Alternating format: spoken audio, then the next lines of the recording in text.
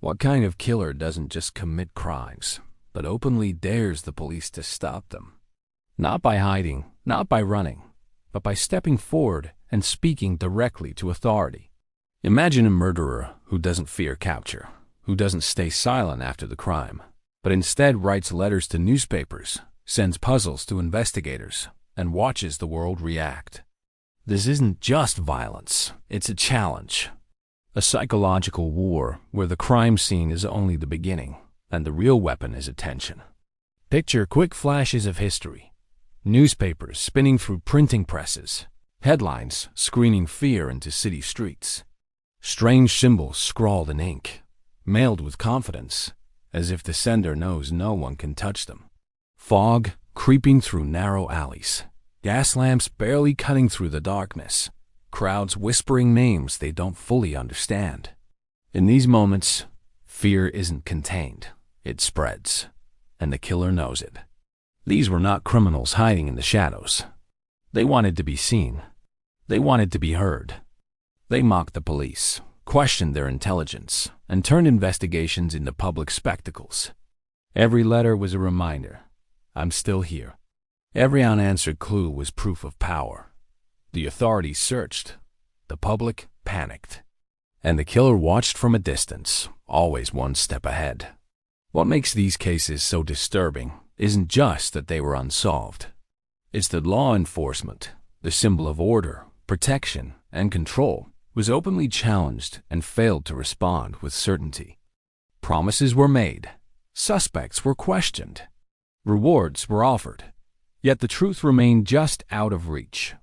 Tonight, we're stepping into two of the most infamous mysteries in history cases, where killers didn't just escape justice, but humiliated it. Stories where police were taunted, the media was manipulated, and answers never came. This is the chilling world of the police challenging killers, and once you enter, the questions may haunt you long after the story ends. Throughout history, most criminals have tried to stay invisible. They hide their tracks, avoid attention, and disappear into the background. But police challenging killers are different. These are criminals who didn't just commit crimes, they demanded to be noticed. They sought control not only over their victims, but over the police, the press, and the public itself. By reaching out through letters, symbols, and taunts, they turned murder into a message and law enforcement into an unwilling audience. Their true weapon was not just violence, but psychological dominance. These cases gripped the public imagination because they attacked something deeper than personal safety. They shook confidence in authority. When a killer openly mocks the police and walks free, fear multiplies. Newspapers amplify that fear.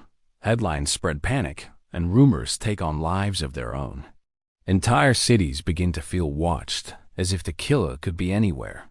These stories endure not because of gore or shock, but because they expose how fragile the sense of order can be when justice has no clear answers.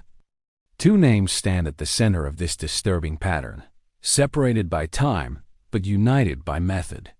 In 1888 London, a shadowy figure stalking the streets of Whitechapel became known as Jack the Ripper, taunting a Victorian police force unprepared for modern crime.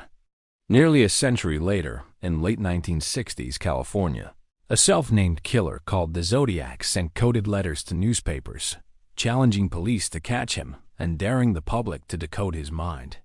Different eras, different cities. The same terrifying result, total uncertainty. In this video, we'll move beyond the myths to examine what really happened. We'll explore the historical settings that allowed these killers to thrive, the chilling details of their communications, the investigative failures that followed, and the questions that still have no answers. This is not just a story about murder. It's a story about fear, power, and the limits of justice itself. When we think of violent criminals, we usually imagine people who want to disappear after the crime, individuals driven by fear of capture, shame, or survival. Police challenging killers break that pattern entirely. They don't retreat into silence. Instead, they step forward, reaching out to police departments, newspapers, and sometimes the public itself. This choice is not random. It is deliberate, psychological, and deeply revealing. To understand these killers, we must look beyond the crimes and into the mindset that compels someone to announce themselves to the very system meant to stop them. At the core of this behavior is the desire for power. For these killers, the act itself is only part of the experience. The real satisfaction comes from controlling the response. By contacting police or the media, they shift the balance of power. Law enforcement is no longer leading the investigation. The killer is. Every letter, cipher, or message becomes proof that the criminal is still free, still watching, and still in control. This reverses the usual dynamic where police chase suspects. Instead, police are forced to react, often on the killer's terms. Closely tied to power is the craving for recognition. Police challenging killers want to be acknowledged, remembered, and feared. They don't want their crimes to fade into statistics or forgotten case files. By giving themselves names, signatures, or symbols, they create an identity larger than the individual acts. This is not simply ego, it's legacy building. These killers often believe they are smarter than authorities, more clever than investigators, and more important than their victims. Being talked about, printed in newspapers, and discussed by the public confirms that belief. Another key driver is control over fear. Fear is contagious, and these killers understand that. A single crime terrifies a neighborhood. A letter to the press terrifies an entire city. By communicating, they expand the emotional impact far beyond the original act. People begin to imagine patterns, timelines, and future threats. Every unanswered message becomes a warning. I can strike again whenever I want. This uncertainty is powerful. It keeps the killer psychologically present, even when physically absent. Taunting authorities also serves a strategic purpose. By mocking police intelligence, pointing out investigative mistakes, or threatening future acts, the killer undermines public trust in law enforcement. When police appear confused or defensive, fear grows. The public begins to question whether anyone is truly in control. In some cases, police feel pressured to respond publicly, which only feeds the killer's need for attention. The investigation stops being private and becomes a performance played out in headlines and press conferences. Media plays a critical role in this cycle.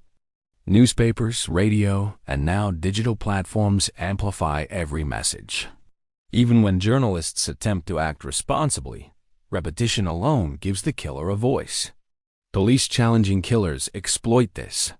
They understand that once a message is released, it cannot be taken back. Each letter or threat becomes permanent, replayed and analyzed for decades. This turns criminal investigations into public spectacles, where speculation often outruns facts and rumors blur into perceived truth. Psychologically, many of these killers exhibit narcissistic traits. They believe they are exceptional, misunderstood, or intellectually superior. Communicating with police is their way of proving it. If authorities fail to catch them, it confirms their self-image. If a cipher remains unsolved or a clue misunderstood, it becomes evidence of their brilliance. This mindset can be self-reinforcing. The longer they evade capture, the stronger their sense of invincibility grows. There is also an element of game playing. For some police-challenging offenders, the investigation itself becomes part of the thrill. They enjoy watching detectives struggle, chasing false leads or misinterpreting messages. Each response from law enforcement is feedback. Silence may provoke escalation. Public statements may trigger another letter. The killer adjusts, reacts, and continues the psychological contest.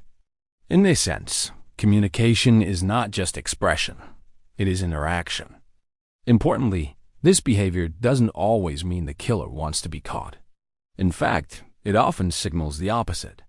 By carefully controlling what information is shared, they reveal just enough to maintain interest while hiding anything that could lead to identification. This selective honesty creates confusion. Investigators must decide what is genuine and what is manipulation. Every message becomes both a clue and a trap. These dynamics place enormous pressure on law enforcement. Investigators must balance public safety with restraint, transparency with caution. Respond too much, and you empower the killer. Respond too little, and fear spreads unchecked. In earlier years, limited forensic tools made this even harder. But even today, the psychological advantage gained through attention can slow investigations, distort priorities, and pull resources in the wrong directions. Understanding the psychology of police challenging killers is essential before examining individual cases. It explains why these crimes feel larger than life, why they linger in public memory, and why they remain unsolved long after the violence has ended. These killers didn't just attack people, they attacked systems, confidence, and certainty itself. And once that line is crossed, the damage extends far beyond the crime scene. With this psychological foundation in place, we can now look closely at the individuals who mastered this method, criminals who transformed murder into message and fear into power. In the late 1960s, California was already a place of tension and transformation. The optimism of the post-war era was cracking under the weight of social unrest, political assassinations, protests against the Vietnam War, and rising crime rates. Trust in institutions was weakening, and the idea that authorities could always protect the public no longer felt certain.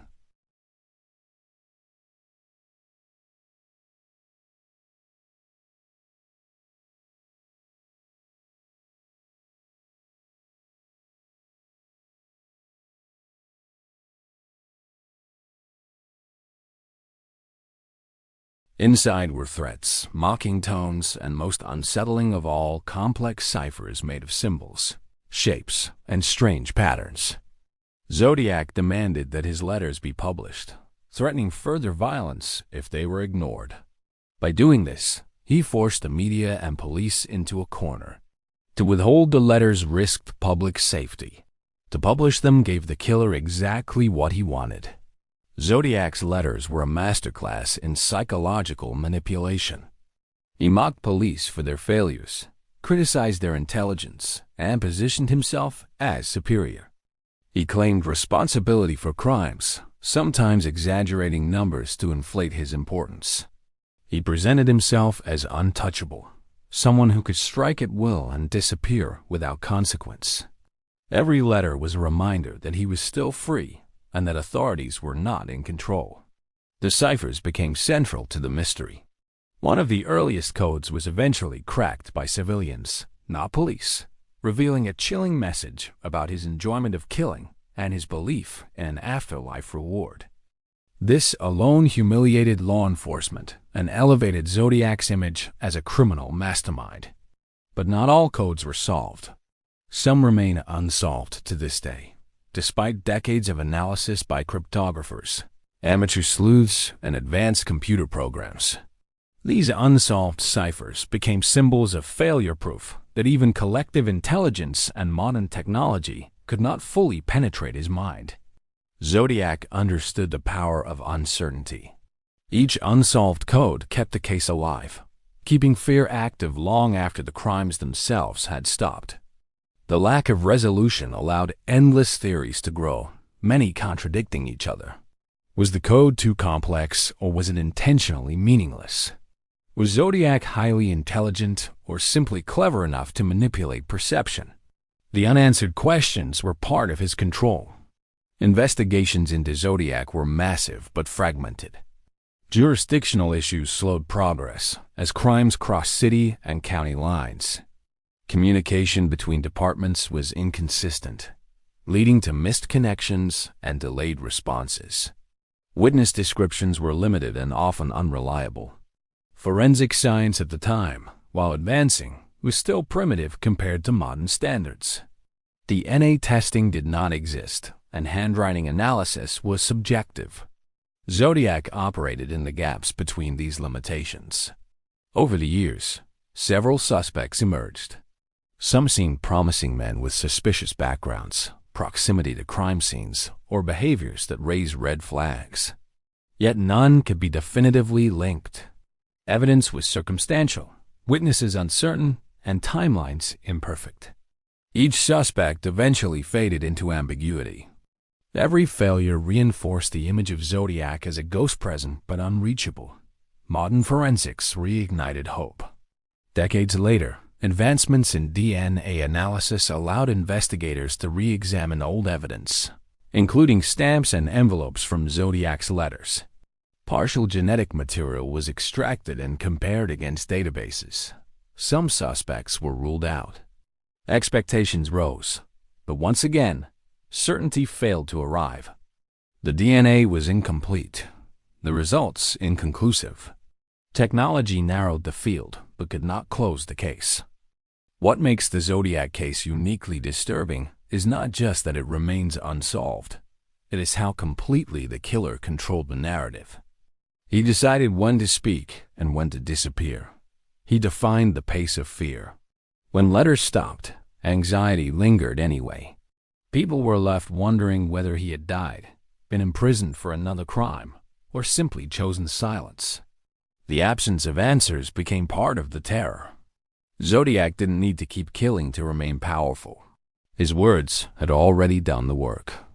By embedding himself in media, by leaving behind puzzles that outlived him, he ensured permanent relevance. Law enforcement continued to chase his shadow, while he faded on his own terms. There was no arrest, no trial, no public unmasking. In the end, the Zodiac Killer didn't just evade justice. He reshaped how fear itself functioned. He proved that a criminal could dominate public consciousness without constant violence, simply by understanding attention, timing, and psychology. And then, having won that battle, he vanished, leaving behind a mystery that still refuses to stay buried. London, 1888. The heart of the British Empire was powerful, wealthy, and expanding, but just beneath that surface lay Whitechapel, a district defined by poverty, overcrowding, and neglect. Thousands of people were packed into decaying housing, struggling to survive on unstable work and meager wages. The streets were narrow, poorly lit, and often cloaked in fog and smoke. Crime was common, police resources were thin, and much of society simply looked away. Whitechapel existed in the shadows of Victorian London, and it was here that fear found the perfect place to grow.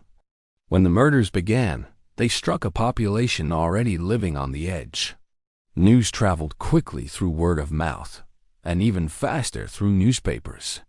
Panic spread not only because of the crimes themselves, but because no one seemed able to stop them. The idea that a killer could move freely through the streets of the world's most powerful city shattered public confidence. London was supposed to represent order and progress. Whitechapel exposed its fragility. The press played a defining role in transforming these crimes into something far larger. Newspapers competed fiercely for readership, and sensational reporting became their weapon. Graphic language, dramatic headlines, and constant speculation flooded the public. It was the press that gave the killer a name, Jack the Ripper, and with that name, a legend was born. The killer was no longer an unknown criminal.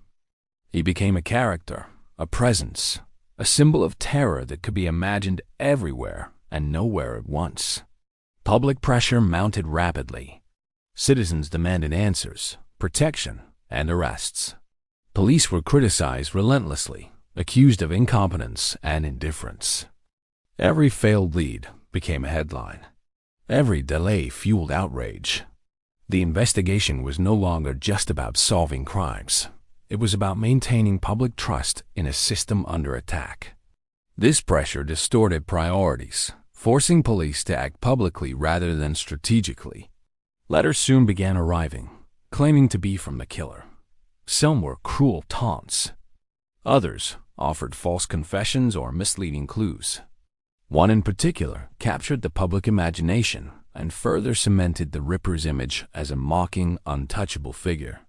Whether these letters were genuine or not mattered less than their effect. They deepened fear, distracted investigators and gave the impression that the killer was watching and enjoying the chaos.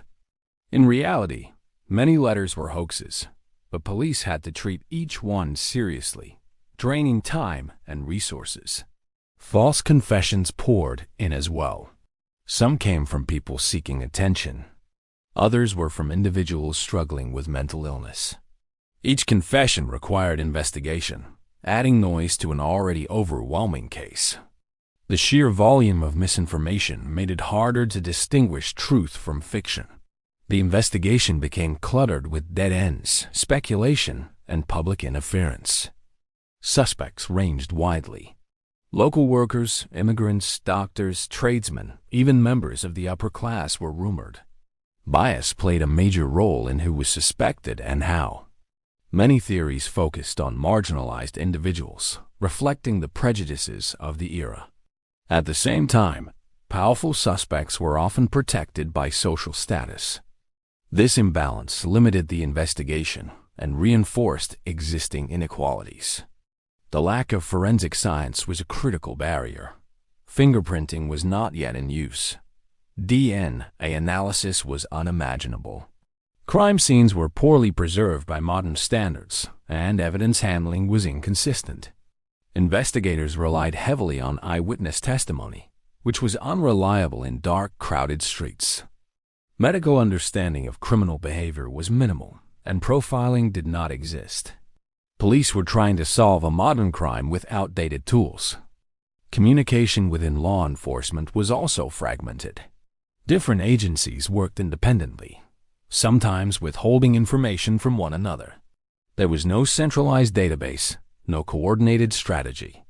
Each failure compounded the next, eroding confidence both inside and outside the force.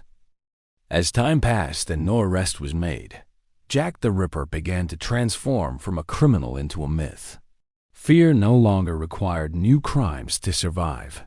The name alone was enough. Stories spread beyond London, across Britain, and eventually around the world. The Ripper became a symbol of the unknown, proof that even in a structured society, chaos could strike without warning. What makes Jack the Ripper enduring is not just the mystery, but what the case revealed. It exposed the limits of Victorian policing, the power of media to shape reality, and the way fear can outgrow facts. The killer disappeared, but the legend remained stronger, more influential, and endlessly reinterpreted. In the end, Jack the Ripper was never caught. There was no courtroom, no confession, no final truth. Instead, there was silence, and in that silence, the myth took hold. Long after the streets of Whitechapel changed, and long after those days faded into history, the shadow of Jack the Ripper continued to linger, reminding the world that some questions refused to be answered. At first glance, the Zodiac Killer and Jack the Ripper seemed separated by everything nearly a century of time, different continents, different technologies, and vastly different societies. One operated in the fog-filled streets of Victorian London, the other in modernizing, media-saturated California. Yet when their cases are placed side by side, a disturbing pattern emerges. Despite the distance between them, both killers followed remarkably similar paths, exploiting the same weaknesses in human psychology, media systems, and law enforcement. Their crimes were different, but their strategies were nearly identical. One of the most striking parallels is taunting communication. Neither killer was content to let the crimes speak for themselves. Jack the Ripper, whether directly or through hoaxes that police had to treat as real, became associated with mocking letters that suggested awareness of the investigation. The Zodiac, far more deliberately, built his entire identity around communication, sending letters, threats, and puzzles that demanded attention. In both cases, the message mattered as much as the act. Communication transformed anonymous violence into a personal confrontation with authority. These messages served the same purpose: to assert dominance. Every letter implied superiority over police intelligence and control over timing. When investigators failed to respond effectively, the killer's power grew. Silence became a statement. Delay became evidence of weakness. Both killers understood that fear thrives in uncertainty, and uncertainty thrives when communication remains unresolved. Media manipulation is another critical overlap. Jack the Ripper existed largely because the press gave him form. Newspapers competed for sensational headlines, repeating the name, embellishing details, and turning speculation into narrative. The Zodiac took this further, directly feeding the media with content. He understood publication cycles, deadlines, and public appetite. In both cases, the killers didn't just benefit from media attention, they relied on it. Without constant coverage, their influence would have diminished. Public fear followed predictable patterns. Initial shock turned into collective anxiety. Neighborhoods changed behavior. People avoided streets, altered routines, and whispered theories. The killers became omnipresent, even when absent. This fear did not require ongoing violence. The memory of previous acts, reinforced by media repetition and unanswered questions, was enough. Zodiac and Jack the Ripper both demonstrated that psychological presence could outlast physical action. Investigative limitations form the most uncomfortable parallel. In Victorian London, the absence of forensic science left police dependent on unreliable witnesses and biased assumptions. In California, despite more advanced tools, jurisdictional conflicts, inconsistent evidence, and incomplete forensic data slowed progress. In both eras, investigators faced overwhelming noise, false leads, hoaxes, public pressure, and internal miscommunication.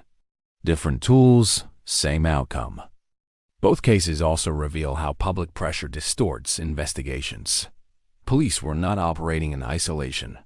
They were performing under scrutiny. Every decision risked public backlash. Every failure became news. This pressure encouraged reactive policing rather than strategic patience. The need to appear active often overshadowed the need to be precise. In both cases, the investigation became as much about managing perception as finding truth. Another shared trait is myth creation. Over time, both killers evolved beyond individuals. Zodiac became a symbol of unsolved modern evil, a puzzle immune to technology. Jack the Ripper became a legend, endlessly reimagined in books, films, and theories. Their identities dissolved into narratives. This transformation made resolution harder, not easier. The longer the mystery lasted, the less it belonged to investigators and the more it belonged to culture. Crucially, neither case ended with justice. No trial, no confirmed identity, no closure. This is where the failures cut deepest. These cases force us to confront an uncomfortable truth. Systems designed to catch criminals are not always prepared for those who operate outside expected patterns. When criminals weaponize attention using media, public fear, and communication as tools, the system struggles to adapt. Zodiac and Jack the Ripper both understood something fundamental. Authority depends on perception. When that perception collapses, control weakens. They didn't need superior strength or resources. They needed timing, confidence, and an audience. By controlling the narrative, they controlled the emotional landscape. These cases are not just historical curiosities. They are warnings. They show how easily fear can outrun facts, how media amplification can empower criminals, and how justice can stall when confronted with psychological warfare. Different centuries, same failure. Together, Zodiac and Jack the Ripper expose a shared vulnerability not in technology, but in human systems themselves. And until that vulnerability is fully understood, the question remains: are we truly prepared for the next killer who decides not to hide, but to challenge the world instead? As these stories fade into silence, what remains is not just a list of victims or a timeline of crimes, but a weight that refuses to lift. The legacy of the Zodiac Killer and Jack the Ripper is not defined by how they killed, but by how they vanished, leaving behind questions that still echo through history. The true horror is not only that justice was never served, but that certainty itself was stolen. In both cases, society was left staring into a void where answers should have been. Unsolved cases carry a different kind of fear. They do not end. They linger. Each unanswered question becomes an open door, inviting speculation, doubt, and imagination. Was the killer smarter than everyone else? Did they die unnoticed? Were they closer than anyone realized? The absence of truth allows every possibility to survive. And in that survival, the killer's influence continues long after their actions have stopped. What makes these cases especially disturbing is the power these individuals held without authority, without numbers, and without permanence. They shaped behavior. They altered routines. They controlled headlines. Police departments adjusted strategies. Entire cities lived differently because of a single unseen presence. That level of impact reveals something unsettling. Fear does not require constant violence. It only requires uncertainty. Over time, these cases have reshaped how law enforcement thinks about crime. The failures exposed by Zodiac and Jack the Ripper forced change. Modern policing now understands the psychological dimension of criminal behavior far more deeply. Profiling, behavioral analysis, and media strategy all exist in part because of lessons learned from cases like these. Today, authorities are more cautious about what they release, how they communicate, and how criminals might exploit attention. The system has adapted, but it has not become invincible. Technology has advanced dramatically. DNA databases, digital surveillance, data sharing, and forensic science have transformed investigations. And yet, the enduring fascination with these cases suggests something important. Even with all our progress, certainty is never guaranteed. Evidence can degrade. Mistakes can compound. Human judgment can fail. The idea that every crime can be solved remains comforting, but not always true. Public fascination with true crime is also part of this legacy. These stories are revisited not because of violence alone, but because they sit at the intersection of mystery and meaning. People search for patterns, explanations, and closure. In doing so, they attempt to reclaim control over narratives that once made society feel powerless. True crime becomes a way to process fear safely, to examine it, analyze it, and contain it within story. But there is a risk in that fascination. When killers become legends, their power can grow in unintended ways. Names endure. Faces are imagined. Motives are endlessly debated. The line between understanding and myth-making becomes thin. Zodiac and Jack the Ripper remind us how easily criminals can outlive their actions when attention never truly fades. These cases also force an uncomfortable reflection on justice itself. Justice is often imagined as inevitable, that truth will rise, that systems will correct themselves, that answers will come with time. But history shows otherwise. Sometimes, justice stalls. Sometimes, it fails. And sometimes, it never arrives at all. Accepting that reality is difficult, but necessary.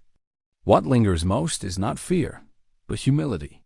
These stories remind us that systems are built by humans and humans are imperfect. Intelligence can be misjudged. Evidence can be lost. Bias can blind.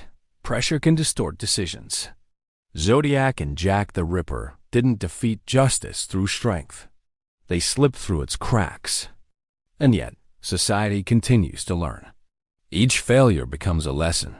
Each unsolved case reshapes future investigations. The questions left behind become warnings rather than defeats.